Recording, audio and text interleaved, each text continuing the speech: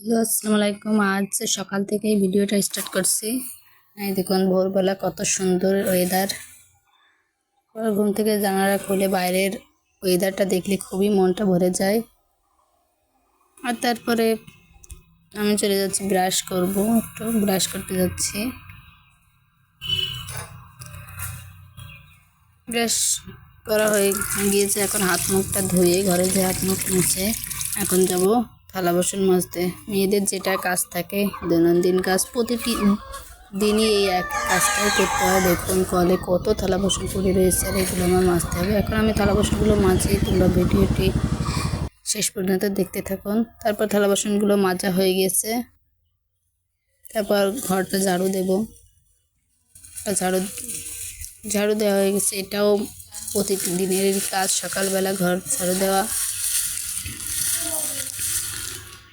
ঘরটা ঝাড়ু দিয়ে এখন ঝাড়ু দেওয়ার সময় দেখছি আমার কাছে যারা প্রাইভেট পড়তে আসে তারা চলে এসেছে। আর প্রতিদিনই এই একই কাজ করতে হয়। আর এই যে পড়তে এসেছে, একজন এসেছে কেবল, এই যেটা পড়াশোনা করছে এদের এখন পড়াচ্ছি। তারপর ছেলেকে খাইয়ে দিয়ে ছেলের সাথে একটু খুনসুটি পানা করছিলাম দুইজনে। যাওয়ারা ঘুরতে যাওয়ারা বাইরে কেন? ভালো না। আমার ছেলের বলে মন ভালো না। আচ্ছা ঠিক আছে, তোমার যেতে হবে না। আর ভাবছিলাম আজ একটু পিৎজা বানাবো। আর এই যে ইস্টটা আমরা আজ অনেক দিন ধরেই পাচ্ছি না, আর এখন ঘরে এসে দেখলাম এটা ড্রেসিং টেবিল পরে রাখা রয়েছে। অনেক দিন ধরেই পাচ্ছিলাম না, অনেক খোঁজাখুঁজি করেছি কিন্তু পাই নাই। আর আজ দেখুন হাতের সামনেই রয়েছে কিন্তু পাওয়া যাচ্ছিল না। তাই এখন পিৎজা বানানোর জন্য ইস্টটা ভিজাচ্ছি, যে তার ভিতরে ময়দা দিয়েছি। ময়দাতে আটাটা ডো মারলাম, মেরে এটা এখন আমি ঢাকনা দিয়ে ঢেকে রাখবো। 2-3 ঘন্টার জন্য ঢেকে রাখলে এটা ফুলে উঠবে। তারপর ছেলেকে ঘুম পাড়িয়ে দিলাম, ওকে ঘুম পাড়িয়ে আমি এখন গোসল করব। তারপরে দেখুন পিৎজা বানানোর জন্য নামাজ কালাম শেষ করে এসে নামাজ শেষ করে এসে দেখলাম পিৎজাটার ডো দেখুন তখন কেমন ছিল আর এখন কীরকম ফুলে কি হয়ে গেছে। এখন সব কিছু পিৎজা বানানোর জন্য রেডি করেছি। তারপর চুলায় পিৎজাটা বানানোর জন্য রেডি করছি। আর এরপরে একটু চিজ দিয়ে দিলাম, তারপর একটু সস দিলাম।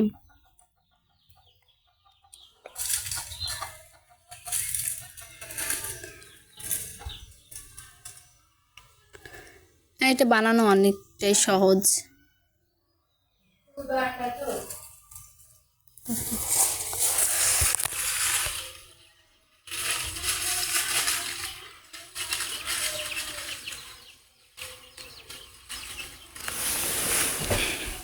তারপর একে একে সব কিছুই দিয়ে দেওয়া হলো। এই যে টমেটো, পেঁয়াজ সব কিছুই দেওয়া হয়েছে।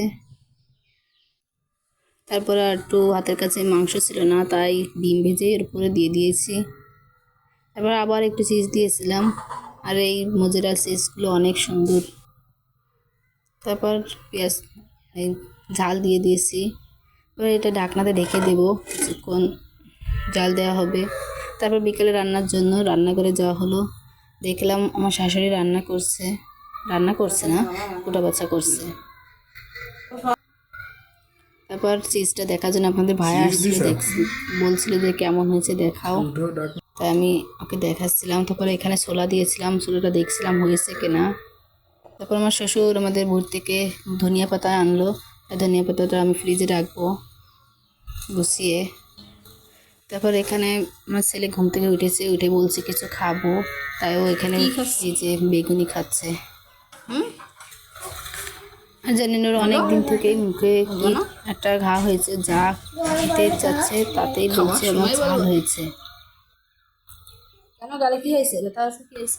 যে ও যা খেতেই চাচ্ছে ও বলছে যে ওর ঝাল লাগছে, ব্যথা লাগছে, তাই বলছে। রাফিয়া কি আপনারা করছে? বলুন তো মুখের ভিতর ঘা হলে কি ওষুধ দিতে হয়, অবশ্যই কমেন্ট করুন।